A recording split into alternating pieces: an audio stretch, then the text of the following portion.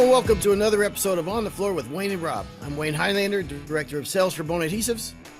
I'm Rob Johnson from the Bona Training. Rob, I missed you last week. Oh, they only took pretty people. Well, I don't know about that. Bona only takes pretty people. Well, they left me and a couple of forklift drivers. Somebody had to keep this thing going. Well, true. When we're talking about the National Wood Flooring Association Expo, and Rob didn't attend, I tell you what, there was so many people that asked about you, Rob. And I told They were them, asking about my mental state, or no, just where's Rob at? Is Rob here? Blah blah blah. So I told him you don't like to socialize a whole lot. yeah. And then or you should just say, "Hey, it's really none of your business." He's upset about it.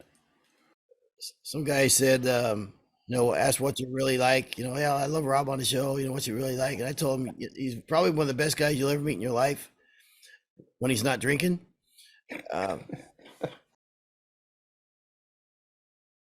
Well, I do have that drinking alter ego of mine, Tony Clifton. So you might be right there. Yeah. All right. But Tony Clifton's a fun guy to be around. Yeah, I've never been around you when you've been Tony Clifton. Yeah.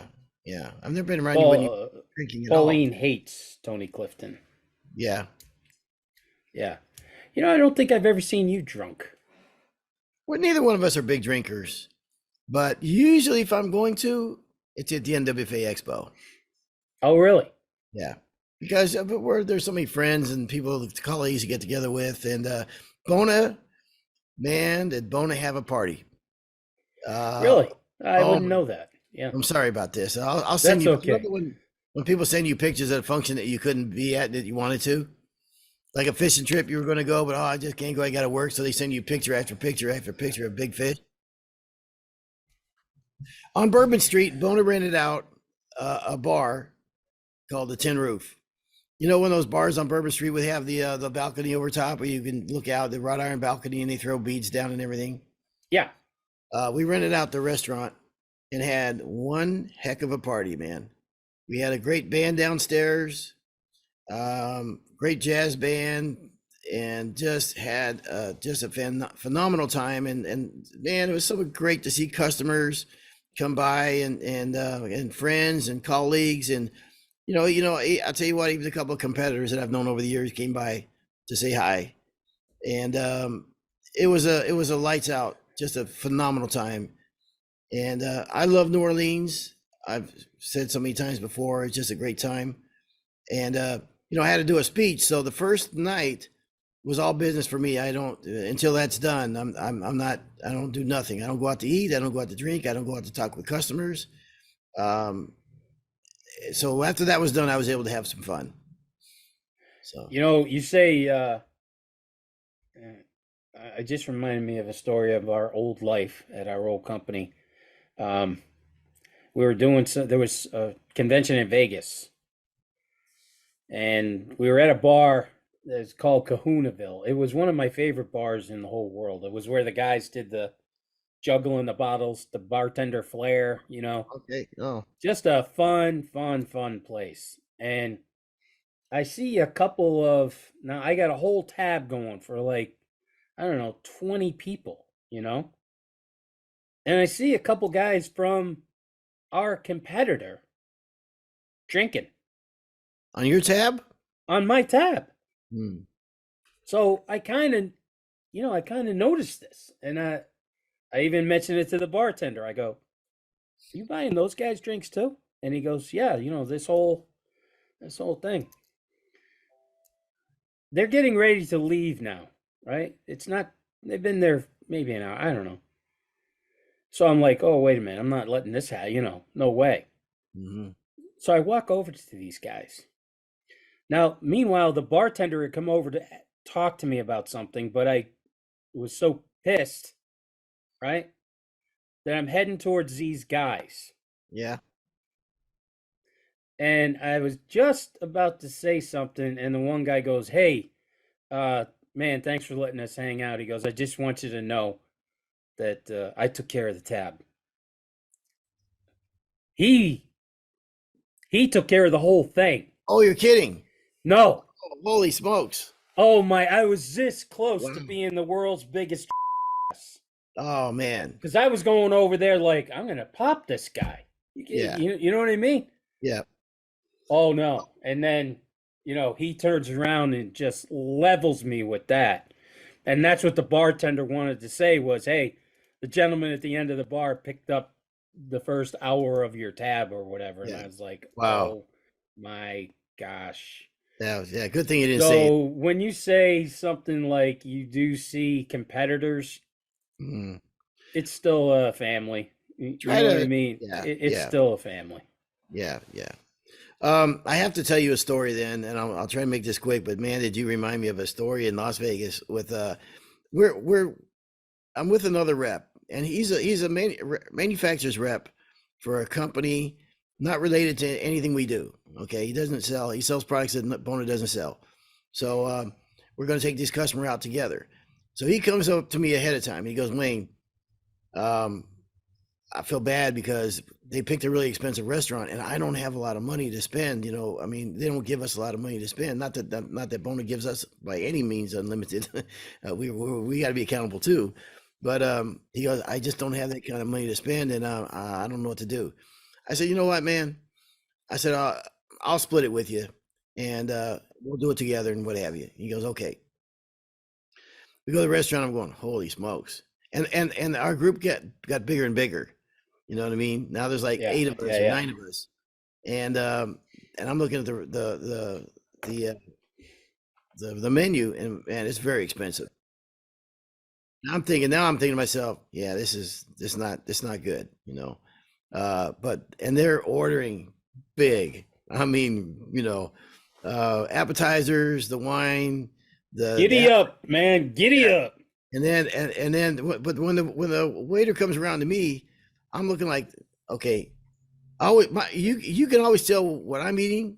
It's always pork chops because pork chops is cheaper than than steak and whatever, and I'm fine, whatever. And then my man over there is damn near eating a salad. You know what I mean? And I see him like he's sweating. You know what I mean? And he is uncomfortable, man. And everybody's got wine, he's got water. Like, dude, that's gonna bring the average down a little bit. It's not gonna help us that much. So we're then they're ordering desserts, and then somebody's wife orders an after dinner coffee, and there's like, oh man, this is gonna be so. And it's Domino's. Everybody does it, right? Yeah. Yeah. So the bill comes. The distributor goes, guys, I got this, and I wanted to cry. I could have had a good time. You know what I mean? He said that. Me and him looked at each other like, are you kidding me? We could have enjoyed this meal. Oh my gosh. Pretty funny. Anyhow, oh man, we had such a great time, Rob. I really missed you. I have a good time with you every time we get out anyhow, but a lot of people asked about you. As I said, I missed you. I know you got schools and everything. We got to tear you away at some point to go to the NWFA. But it does take attention away from me somewhat. You can understand that. Yeah, I get it. Yeah. That way deal. the light shines a little brighter. So I had to do a presentation. I was going to ask you, did you present anything? I did. I present the chemistry of adhesives and fasteners with one of our competitors. Super good guy. I really liked him a lot. First time I met him. But when you tell me I have to do a presentation that lasts an hour, okay, and that I'm splitting the time with another guy, so really I'm going to have about a half hour to talk. That half hour of prep for me meant 3 weekends that I did nothing but study concrete and adhesive. Now I'm already pretty, I know a fair amount. You can talk the talk. Yeah, you can definitely.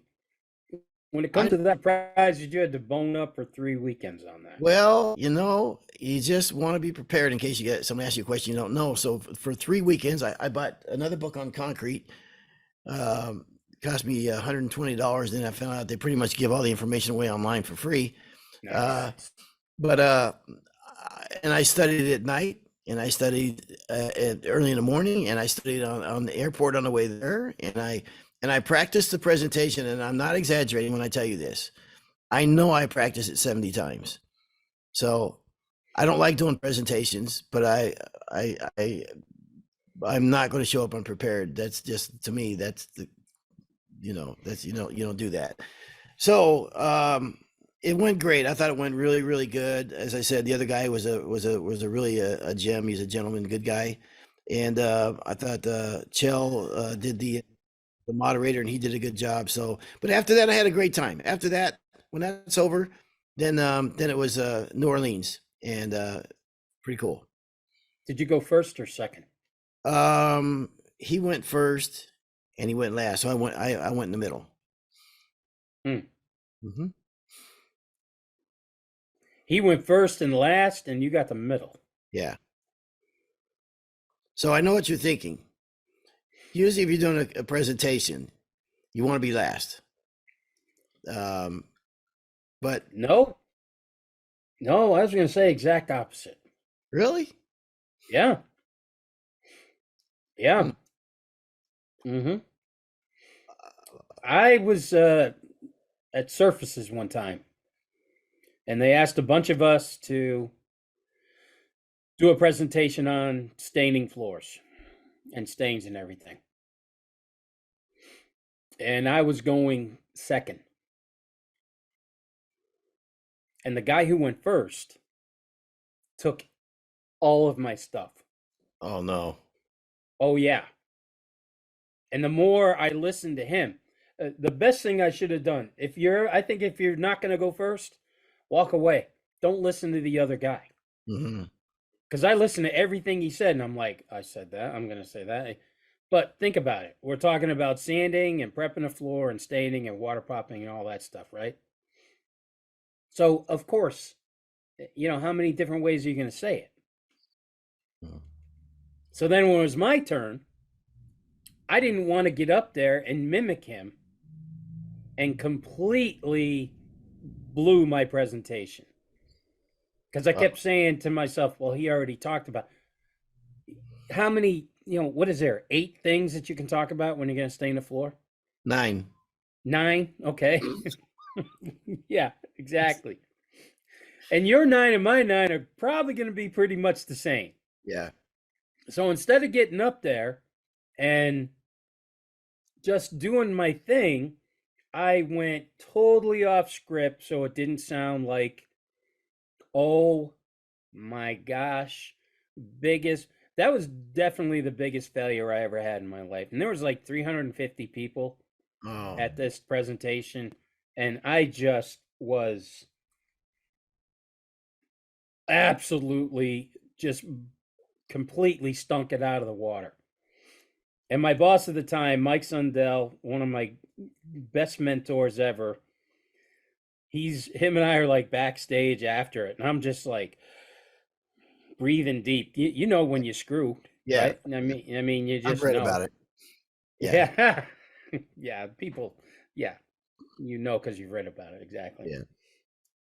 And the new ownership of the company was there, and they're like, "This is our guy." Oh, wow. Oh yeah. You not only did I stink, but ownership was like, "Really? This is our training manager, huh?" And Sundell and I are backstage, and he goes, "All right, so what happened?" And I told him, and he goes, "So what you learn from that?" I don't know what I've like. You got to tell me what I'm supposed to learn. He goes, "Just stick to your script." Yep. He goes, "Don't change a word." He goes, "How many? There aren't that many ways to stain a floor. Everybody's going to be talking about it." He said, so the next day, it was the same type of scenario, but we had to do recoating systems. Everybody was up there talking about their recoating systems, and I'll never forget. He comes up to me, and the other good thing is I was going first. And he goes, "Hey, I don't want to make it too nervous on you or anything." He goes, "But your job probably lies in the balance on this next presentation." I'm like, "Okay, all right, I got it." Wow. He goes, "I talked them into coming back." And I was thinking to myself, That could be a good thing or a bad thing, but I better make it a good thing. Or Yeah. so, yeah, if I ever get the chance again, I definitely would like to go first. Hmm. But I can Interesting. see what you're saying. Yeah. I want to, create the narrative at the end or whatever. I want to wrap it up in my way. And so, Hmm. but anyhow, it worked out really good. And like I said, the guy, one of our competitors, is a really good guy. And I liked him a lot. It was good. First time I ever met him. Okay. Um, there was a lot of symposiums there. There was a lot of educational opportunities there, and one of them was on. I thought this was really interesting on issues at the top issues for inspectors why they have claims. These are the in the order of what the claims that they had. And so I thought this was kind of very interesting. And there's 1, 2, 3, 4, 5, 6, 7, 8, 9, 10, 11, 12, 13, 14, 15, 16. Okay. 16 areas here. Hmm.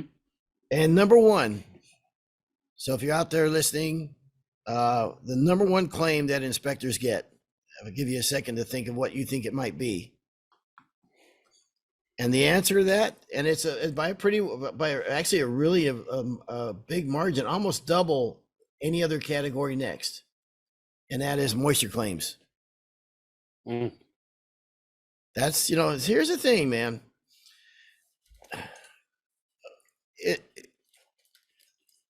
All the technology that we have today, all the knowledge that we have today, all the tools that we have today, that moisture is far and away the number one reason for claims. And I think that's very interesting. And while I was there were several moisture meter manufacturers at the NWFA. And my feeling is like, why wouldn't we use them? We have this technology. They're some of the smartest guys out there. I mean, there's certain tools I don't leave home without. Certainly a track saw is one of those tools. I never leave home without an undercut jam saw, electric one. And top of that list is a moisture meter. So, and that is, number one by almost double the next thing in line. I think that's really very interesting all today's technology. So just keep that in mind. And we have shorter windows that do the jobs. We have labor issues and that kind of stuff. And so I think that really give people pause to consider the potential pitfalls out there. Couldn't agree more. I am blown away with how many times I now use a moisture meter. Now you're talking moisture meter as far as your world, right? Yeah. I'm shocked how important moisture meters are in the other side, in sanding. Yeah. I mean, I'm constantly, especially now that we have chroma, water-based coloration system. Because it's amazing how many calls I get, how many questions we get at school. How long does it take to dry? How long do you know what I mean? There's just too many variables. Air movement, heat, humidity, moisture content of the wood. Think about it all. I go, now with a moisture meter, we're just taking all the guesswork out of when a coat is dry, when water popping is dry, when the coat of the chroma is dry, top coats, gym floors, sealers, water-based paint. I mean, the list goes on and on and on. And to have a moisture meter on your side, man, oh man, that's, I've been trying to tell people too, it's not just gonna screw you. Sometimes you can, you won't have to wait till 4 o'clock in the afternoon to coat a Yeah. floor because she was ready at 1. And Well, the moisture meter told you that. Yep. And then I'll tell you something else that's great with the moisture meter. I mean, really good for the moisture meter. Let's say you're jammed up on a job. Let's say you're supposed to start this job, and you need another week because you're on other jobs. Okay. You bring that moisture meter to the job, put it out there on the floor. You put it on whatever setting, and you tell the homeowner, you know what? It's just a little too high. I just don't feel good about it. We need at least another week here with that heat on to buy you some extra time to get to that other job. A lot easier than saying, you know what, we're a little bit behind schedule on the other one. You know what I mean? Absolutely. All right. Become I tell everybody that. Become a master of weather. It can just help you out in the long, especially when you need to buy some time. Yeah. Absolutely. I'm saying even if the conditions are right. Yes. Yeah. Okay. You're All right. smarter than the homeowner. They don't All right. they don't realize. I'm just going to go down this list now, and these are not in order. Actually, on the list, moisture claims came in at 32. Okay. The next on the list is installation related claims. 5. That's how many claims were because of installation related claims. And installation related claims can be all kinds of different things, right? All right. Next, customer expectation claims. This was a really high one. This is tied for number 2. It's a 3-way tie for number 2, and it falls under customer expectation claims. Now, what is that? I'll tell you what that tells me. That tells me if I'm a sales rep, or if I have sales reps working for me, that we need to really sit down and talk about expectations and what to expect and not what to expect, and why was there a miscommunication, and did we oversell something? That's what that tells me. Customer expectation claims, and how were their expectations not in line with what we were going to do? You feel me on that? I feel you. Okay. All right. Going down the list, number 3. You know, a lot of that customer expectations could have been taken care of in the beginning too. No question. Just keep the customer, just let them know what's going on every Yeah. day. Every day, check in and let them know what's happening. Yeah. If you're checking in with them every day and then you need to buy a little time, Yeah. they're not at the end of the job thinking, oh, well, Yeah. you know what I mean? Now you can get in front of it. So much easier on the front side to handle some of these things. To have another to your sales presentation, to add another few minutes to say, just want to explain. It's going to be loud. There is some dust involved. We do our best to contain that and go over what your procedures are, or whatever for that. And this is how much time we need. This is the way it's going to look when it's done. You know what I mean? All those little things that, a checklist of things that you can go over with your consumers. Next on the list, coming up at 14, is pretty high up there, is finished claims. Finished claims. A lot of time, and they're one of the, as an inspector, I think one of the toughest things to answer. And used to, I don't know, man. This was, if I ever have fault with inspectors, and I've always said I would not want to be part of an industry that didn't have standards. There's a reason we have inspectors in this trade, and a lot of them are very, very good at their job, and this, that, and the other. But probably when I've disagreed with the inspectors the most was on finished claims, finish or sanding. And usually it's an inspector that's never sanded before or never finished before. I don't want to throw inspectors under the bus. That's the last thing I want to do. But it's been my personal experience that I've seen this. And probably finished claims, I can see where too dull or too shiny. Or if I look through here, I see a little bit of debris in the finish, just a little bit, whatever.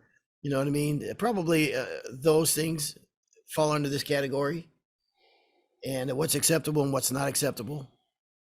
So I would imagine but that's pretty high up there, 14. I'm surprised it's that high because if a homeowner's making claims about the finish, especially with an inspector, that means that the contractor's not trying to take care of the homeowner, and in the old days, I was there. I had a lady tell me one time that we did a white floor, and I said, "So, what do you think?" She says, staring at it, and she goes, "I hate it." She hated it. It wasn't she didn't like the color because her walls and ceilings were white. But at the time, I was just like, well, sorry. This is the color you picked. You owe me, $1,800 or whatever. Hmm. Really, I was just focused on that rather than, now I look back at things like that and I go, how many referrals did I get from her? How But many people did she trash me to? You know? Now, don't get me not as much wrong. trash as in your We've finish. both looked at jobs where the people were insane and just were expecting way too much, but Well, I'm going to take the other side of that. You said this maybe the contractors not coming back and dealing with things. I don't know if that's necessarily the case. Sometimes maybe, but if you know you've done your job and it should pass standards and it's a 3,000 square foot job, there are times when you go put that next coat on, you know that it's going to be very hard to top what you already did, and there's liability every time you touch that floor, and you can actually make it worse by putting another coat. Sometimes the more coats you put on, the more difficult it becomes to coat. mhm. So there are times when you do have to stand your ground, I think. And obviously you want to keep good customer relations, and yes, is it worth putting on another coat to make someone happy? Sometimes it is, but sometimes you have to stand by. If you think this is passable, should be very much passable, and you did a great job, I think you have to weigh that too. I think you owe it to yourself. And I know it's tougher now than when you and I did it because of Oh my gosh, yeah, the absolutely. Google ratings and stuff like that, which are so woefully unfair to our contractors at times. You could just get one star review because you didn't return a phone call, or you said you were too busy to do the job, or maybe someone has a vendetta and they have a bad day and their ego got involved. So I get all those things, but anyhow, that's a tough one. That's a real tough one. All right. That's a real tough one because there are people that their expectations are way too high. So when we were talking before about setting the expectations, I used to tell everybody, I know this is going to sound horrible, but I used to tell everybody, hey, you might feel a little rough spot here or there. You might see a bump. You might see something. Don't worry about it. Don't, I used to always tell people, whatever you do, don't buff anything. Okay. It'll walk out. Like I said, you might find a little bit of here or there, but it's a site finish job. And I used to definitely set that expectation. Why I would think somebody would run down to Home Depot and rent a buffer and buff their floor after I left was beyond me. It just seemed like the right thing to say at the time. Like, don't buff it. It'll all walk out. Okay. This is site finish job, that kind of thing. But I used to set some kind of an expectation too. Yeah. I think it's tougher now to do now than before. I think consumers are tougher. Yeah. And I didn't used to, even a few years ago, I didn't think this was the case. But I'm starting to come around and think I think they may be tougher today. Hard to believe they were so tough back in the day. But I Really, really, we thought back in our day, we thought they were tough. They're nothing compared to yeah. what's going on today. Well, here's a reason why. Look at all these companies, Amazon or whoever, whatever you name them. You don't like it, send it back. No questions asked. We'll take it back. All these crazy Yes. warranties they put on that, and the Hmm. consumer is now thinking, well, that works with everything. You don't That's like how it? everything should work. Yeah. Yeah, yeah. And it's really it's the craft. What people are doing, it's a craft. It's not unlike art, and so I don't know. All right, moving along. This is very interesting. Next one to me, environmental claims, and I think this really hits home with us because we preach, and now we just come out with chroma, which is a stain with very low VOCs, which used to be the killer in the system. We offer the green guard gold finishes and adhesives and stuff like that. So environmental concerns, that what that tells me is you have a selling opportunity right there. Is that this is a niche, or where you can tell people up front, you know what, there's a lot of products out there that have high VOCs and what have you, and Here's what we offer, and here's why we offer it. And indoor air pollution is more of a concern than ever before. Certainly with COVID, with everybody being in the house, locked in the house for long periods at a time. We know that we breathe everything that house emits. So I think that's a good one, man. That actually shows me it's an opportunity. That Um, was one of the great boxes that I think Chrome is going to check too. yeah, That was like the final piece of that Green Guard Gold certified program. That was yeah, like the final piece of the in the puzzle. puzzle. Yeah. Next one falls under other. I don't know what the hell that means. And that could mean anything. Other. Other could be any kind of. The Yeah, other, when I saw other, I was thinking, all right, I know what other is. I pulled in their driveway, leak crap all over, backed into their garage door. yeah, yeah, That's oh my God. Yeah, that other should be 85. yeah. Okay. Next one, maintenance claims. Also, um, to me, falls under customer expectations a little bit too. As Oh, here's how you maintain your floor. One of the biggest reasons for early having to sand a floor before it's time or replace before a floor before it's time is maintenance. It comes down to maintenance. And I think this is another one, great opportunity. I see opportunity there for money. And certainly when you're talking to your sales reps, it also tells me that let's make sure that everybody understands, because if it turns into a claim, that's just a pain in the butt for everybody. So the fact that maintenance is up there also. So the three biggies are so far, and this is the three biggies in the list: moisture claims 32, customer expectations 18, environmental claims 18, and now maintenance claims 18. Those are the four biggies. So be aware of that. And again, I think an opportunity to upsell with the environmental reasons. And I think for maintenance, opportunity for recoats, and certainly customer expectations, and talk to them how to maintain their floors properly. all right. I'm glad that this came up. Now, maintenance claims. Don't overpromise. Okay? Don't overpromise what a finish can do. Because while you were whining and dying, hooping it up, and having a blast with most everybody in the world down at the NWFA convention, I had to hit the phones. And I had a guy call me extremely upset with his floors. He has a 90-pound dog, and the dog is leaving some scratches on his floor. And he said, and I read someplace that traffic said that it won't scratch. And I said, you did not. And he goes, and the contractor told me this is the best finish, it won't scratch. And I'm like, a 90-pound active dog is going to scratch concrete.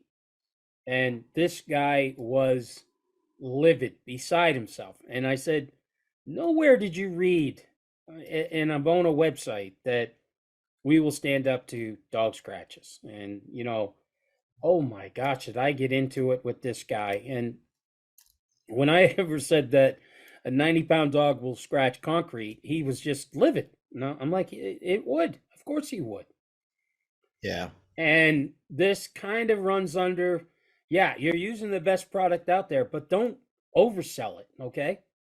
And I think sometimes when I say oversell too, it's like you're telling the homeowner that this stuff is so great. You're not going to have to clean up the grit. You're not going to have to do any maintenance to it.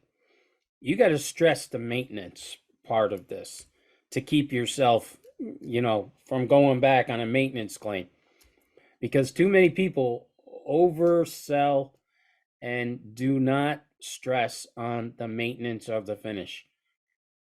You and I Um, both know you take care of the finish, you keep the grit off of the floor, that floor's going to last forever. okay, I've been in this house 11 years now. That's traffic on this floor, traffic HD. It's like the day we just put it down. Now, yes, I have just me and Judy. We don't have kids, but we have a old dog with us now, and we have 4 or 5 cats. And depending on any given time of day or year, whoever wants to drop another one off at our house. and it looks phenomenal. So, and all you have to do with dog scratches is Google dog scratches on hardwood floors, and there's a million articles going to come up about it. And no manufacturer would claim that they'll hold up to dog scratches with a finish. So, okay.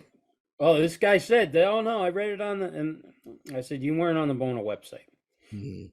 I go, "There's a lot of people out there that put whatever online, and you cannot believe everything that you're reading." And boy, oh boy. Hmm. And he was, of course, another guy who's like, "I want to talk to your boss," and I said, "Well, I am the boss." You should have said, "Hold on, let me put you online too." Hello, Rob Johnson's boss. All right. Should have just went and got Pauline. Here's my boss. Go ahead. Tell her. Very high up on the list. The next one is very high up on the list, and that's milling claims. So there you go on that one. Although I'm You going to seeing say more of those or less? I think we're seeing less. well, here this is interesting. I'm just going to jump right to it. On the list, domestic wood claims came up as 0. So I thought that was interesting. Wow. Yeah. So, but milling claims, it is what it is. There's 14 of them. So, I'll tell you what, with milling claims, another good reason for doing nail glue assist can stop a lot of sins. So, okay. Well, speaking of the devil, adhesive claims must not have used Bona R851 or Bona Quantum Flow. Look at how low that is, though. Yeah, That's 5. one of the lowest ones. Yep, it's tied for one of the lowest ones. So adhesive claims. Adhesive today is incredible to years past. So anyhow, imported flooring claims also came up as number 5. So Man, I would have just because of bamboo. I would have thought that would have been crazy. yeah, subfloor related claims 9, pretty high on this list. So we've talked about this before. Moisture and subfloor related claims are both 2 of the biggest that are out there. So, and closely tied to that, being number 9 as well, is noisy floor claims. So again, there you go. You got moisture and you got noisy floors. It's a great reason for the Bona R540 moisture barrier and the sausages or glue assist. But anyhow, number 9. How many times have you been talking about those snapping, crackling floors? Yeah. I mean, you've talked about that a bunch of times. So there it is, right there. That's one of the higher ones. I'll touch on this real quick. We've gone to wider boards. The wider the board, the less fasteners we're able to put per square foot. Also, it's a long way across that board, only to rely on the fasteners on one side and the engagement of the tongue and groove on the other side. So any lateral movement at all is vulnerable to squeaking and popping. Okay. Couple that with, we've gone to thinner floors that the tongue may not be as robust to hold the cleats or staples as the old 3/4 T&G with 16 gauge cleats or staples, right? And we've gone to thinner gauge staples and cleats for those products. So it may not be able to hold the floor as well as we would like. I think some subfloors are suspect material. And in many cases, we've gone to wider joists. We're not 16 inches on center anymore. All recipe for noisy, popping, squeaking floors. So, all right. And actually, by the way, that's when you're bidding your job, to charge for it and put it there and explain exactly what you're doing. Not to mention it's an NWFA guideline now. So good stuff. All right. Sales specification related claims. I can imagine where, hey, the guy was supposed to stagger the joints so much according to the pre-finished flooring I have, and he didn't do that, or he used the wrong trowel, or those type of claims, which would follow directions type of deal. Even myself, when I did floors, I was working with a product that I hadn't worked before. Even if I know, I always read the instructions anyhow, just to see what they have to say about it. There may be some little trick there, some little thing there that they want that somebody else doesn't want. Even if I think it's unreasonable, Um, I would always just go through and just check the guidelines. Okay, insects.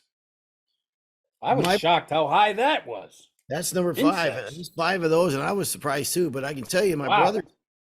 my brothers last year had one. The clients bought their wood from a big box store on a really really high end house. I mean, millions, probably a $5 million house minimum, and uh, powder post beetles. They got a call Wow.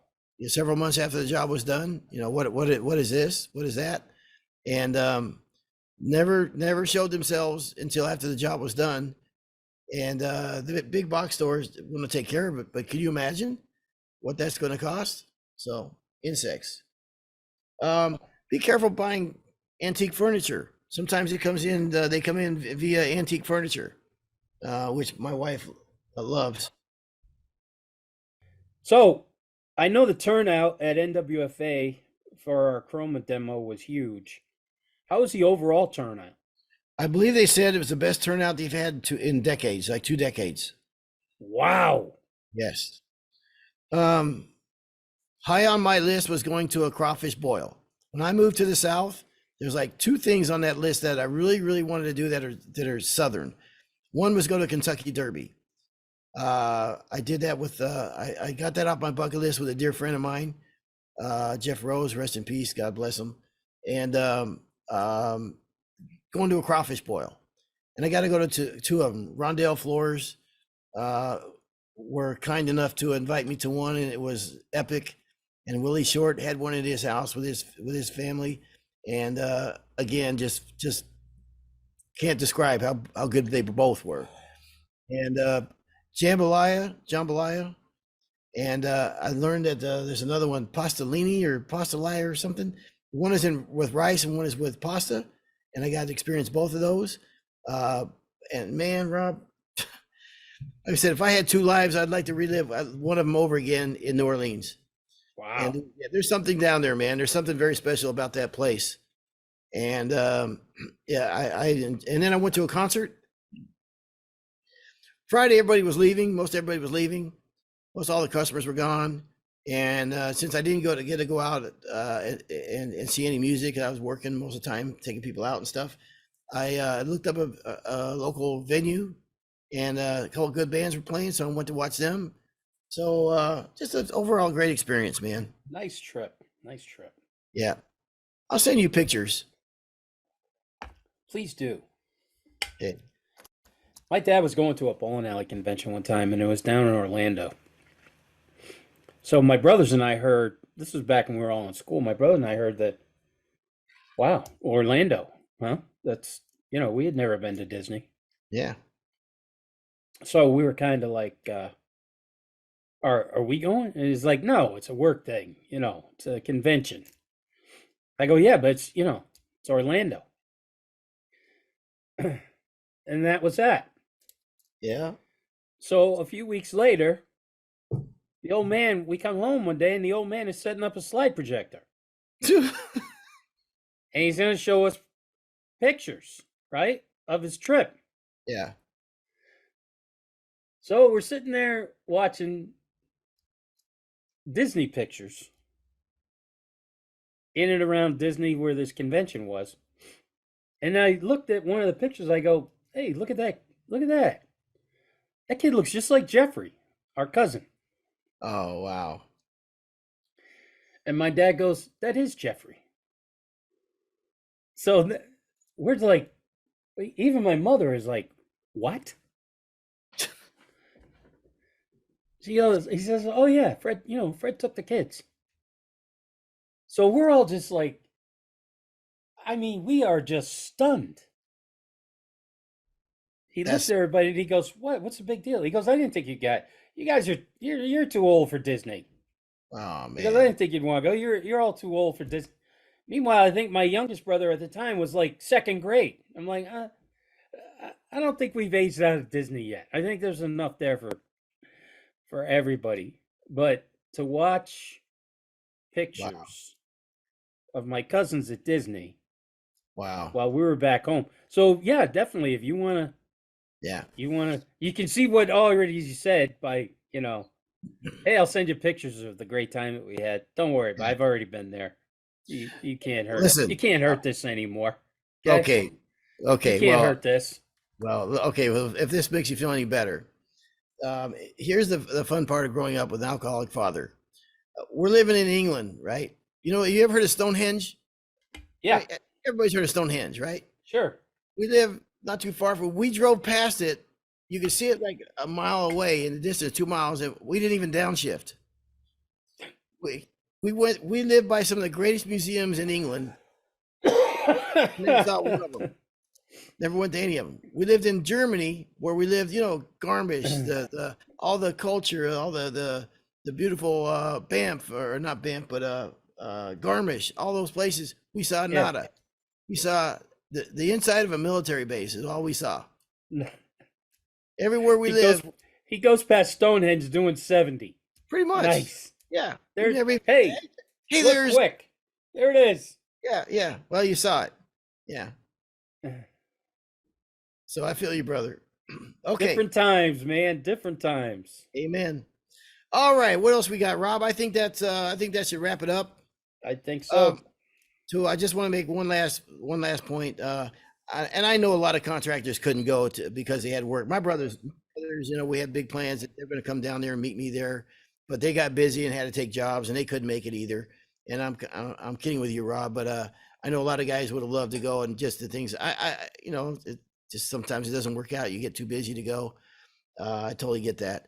I want to say that I saw so many people that good contractors and friends and clients and customers and stuff, that it really warms your heart to get a chance to see everybody. It's a blur. You never, like Willie Schumacher won Floor of the Year. We should talk about those later on.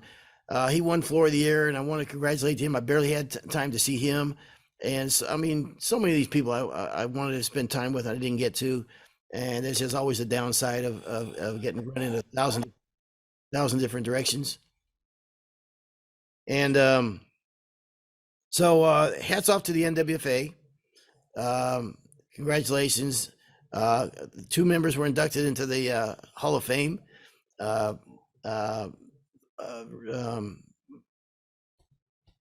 is it escaping me now? John Roy with Trinity.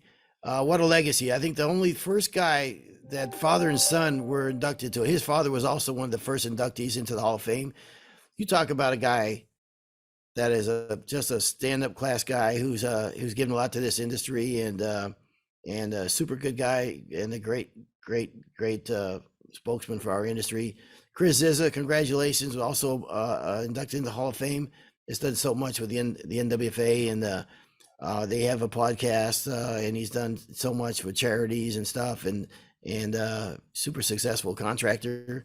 So hats off to those guys, and all the Floor of the Year winners. Loved it. The NWFA did a great job recreating or semi-recreating one of the guys that won, and they talked about that. Very cool. So there you go, Rob. That's all I got. That's all you got. Get better. I know you're coughing and struggling. I appreciate you making it, even though you're not feeling good. And I'm on vacation today. This is my first day of my vacation. So hey, that's a way to kick your vacation off. I'll be working all day. That's just the way it is. You know how it goes, brother. All right. Thank you very much. Thank you for our listeners for listening. We super really appreciate it. I've never said super really before. I sounded kind of a little 12-year-old kid by just saying that. But we do appreciate it. And please stay tuned for another episode. It's been another episode of On the Floor with Wayne and Rob. I got that backwards, but you get the drill. Thanks, guys. Take care. Bye-bye.